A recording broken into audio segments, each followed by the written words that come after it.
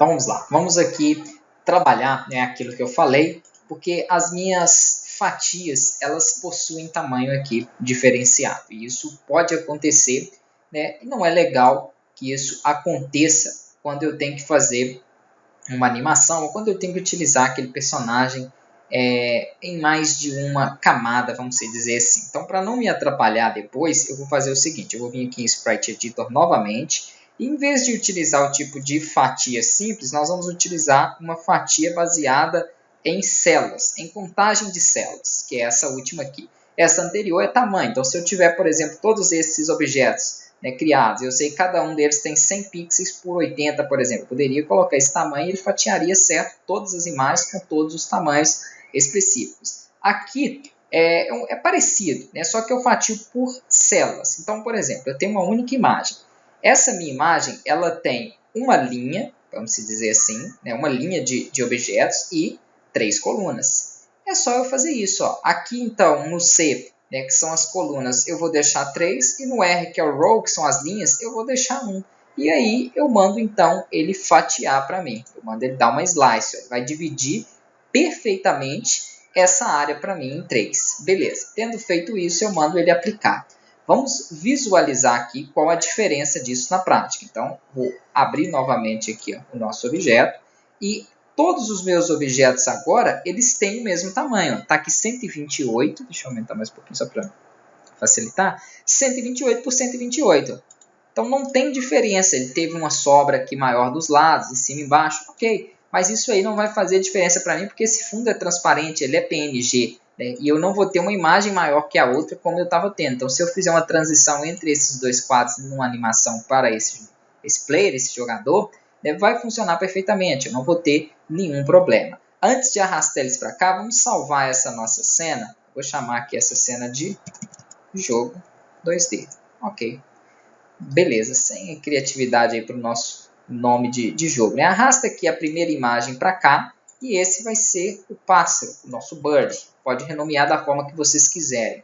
Eu, por convenção, eu costumo utilizar tudo padronizado. Então, eu coloco tudo em inglês para qualquer outro desenvolvedor ele interprete e entenda, né, aquilo que eu programei, aquilo que eu desenvolvi. Aqui, depois de você, então, arrastar o pássaro, vamos visualizar outros sprites. Nós vamos ter aqui o grass, que vai ser o nosso chão, né, o nosso piso. Então, posso arrastar ele para cá, renomeio ele aí para piso ou ground, ou o que você quiser, né, mas entenda que ele vai ser o piso. Posiciona esse objeto bem aqui na parte inferior,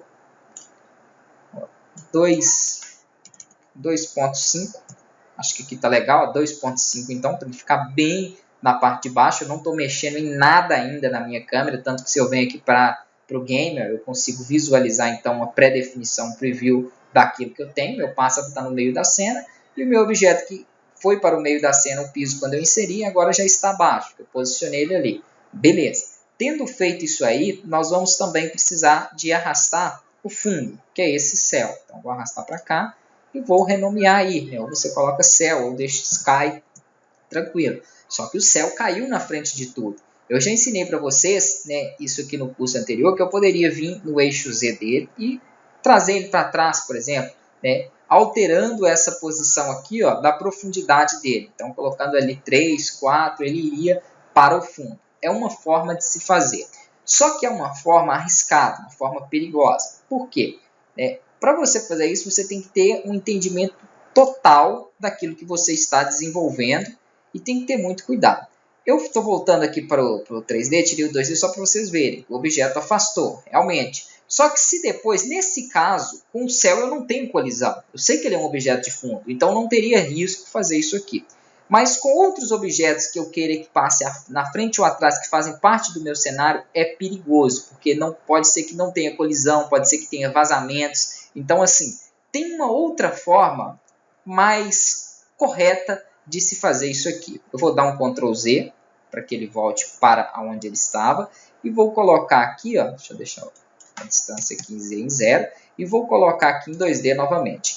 Qual é a outra forma? A outra forma é trabalhando com layers. Então, qualquer sprite que eu tenha selecionado, eu vou conseguir ver uma propriedade chamada sorting layer, que é a camada daquele sprite, daquele objeto. Então, através dessas camadas, eu consigo posicionar e organizar os meus objetos aqui dentro da cena. Eu vou mostrar isso aí para vocês na próxima aula.